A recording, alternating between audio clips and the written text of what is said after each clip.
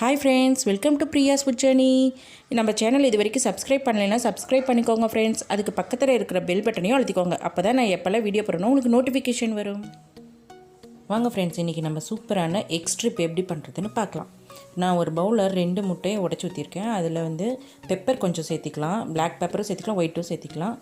அதில் கொஞ்சம் உப்பு சேர்த்திட்டு நல்லா இந்த மாதிரி அடிச்சுக்கலாம். முட்டையை நல்லா அடிச்சுக்கணும், நல்லா பீட் பண்ணி எடுத்துக்கணும். இப்போ தோசைக்கல்லில் கொஞ்சமாக நம்ம ஆயில் அப்ளை பண்ணிக்கலாம். ஒரு 2 டேபிள் ஸ்பூன் அந்த அளவுக்கு போட்டுட்டு இந்த அடித்து வைத்த எக் இருக்குங்களா, பீட் பண்ணது, அதை நம்ம இதில் ஃபுல்லாக ஊற்றிக்கணும். தோசைக்கல் ஃபுல்லாக நம்ம ஊற்றிக்கலாம். இந்த மாதிரி எல்லா பக்கம் படுற மாதிரி ஃபுல்லாக ஊற்றிக்கலாம். இப்போ இது வேகணும். இப்போ 1 சைடு வெந்துருச்சு. நம்ம இதை திருப்பி போட்டுக்கலாம்.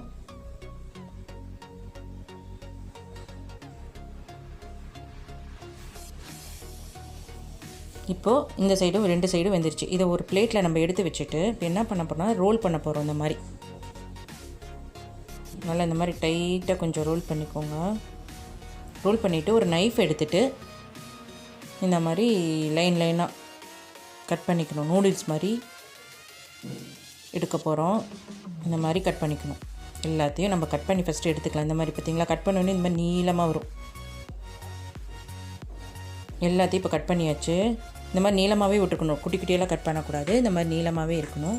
வாங்க, இதை இப்போ என்ன பண்ண போகிறோம்னா ஒரு கடாயில் ஆயில் போட்டுட்டு ஒரு 4 பல்லு பூண்டை குட்டி குட்டியாக கட் பண்ணி வச்சுருக்கேன். அது இதில் போட்டுட்டு 2 பச்சை மிளகா சேர்த்துனதுக்கப்புறம் ஒரு பெரிய வெங்காயத்தை அரை வெங்காயம் நீளமாக கட் பண்ணி இதில் சேர்த்திக்கலாம்.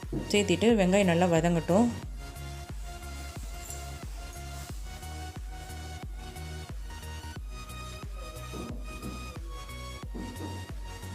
வெங்காயம் நல்லா வதங்கினதுக்கப்புறம் ஒரு பெரிய குடமிளகாவை பாதி குடமிளகா போட்டால் போதும், ஃபுல்லாக போட வேண்டாம். அதை போட்டுட்டு அதுவும் நல்லா வதங்கணும். குடமிளகா நல்லா குக் ஆகட்டும்.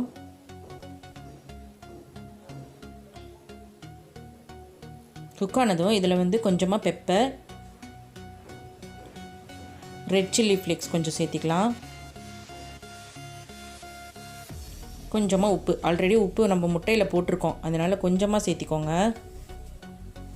சேர்த்திட்டு நல்லா மிக்ஸ் பண்ணி விட்டுக்கலாம். மிக்ஸ் பண்ணிவிட்டு ஒரு 2 டேபிள் ஸ்பூன் அளவுக்கு டொமேட்டோ கெச்சப் நம்ம சேர்த்திக்கலாம். சேர்த்திட்டு அதையும் நல்லா மிக்ஸ் பண்ணி விட்டுக்கலாம்.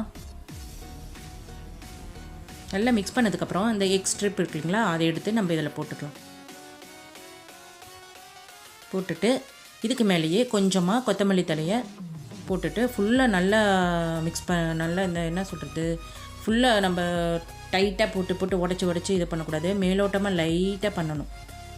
இந்த மாதிரி லைட்டாக மிக்ஸ் பண்ணி கொடுக்கணும். இல்லைன்னா அந்த எக் ஸ்ட்ரிப்லாம் உடஞ்சி போயிடும், நீளமாக அப்புறம் வராது. இது எக்கு சாப்பிடாத குழந்தைங்க கூட நல்லா விரும்பி சாப்பிடுவாங்க, நூடுல்ஸ் டைப்பில் இருக்கிறனால. ஆக்சுவலாக இதான் ரியல் நூடுல்ஸுன்னு, எக் நூடுல்ஸுன்னு நான் நினைக்கிறேன். நீங்கள் என்ன நினைக்கிறீங்க கமெண்ட் பண்ணுங்கள் ஃப்ரெண்ட்ஸ். இப்போ பாருங்கள், சூப்பரான எக் ஸ்ட்ரிப் ரெடி ஆயிடுச்சு.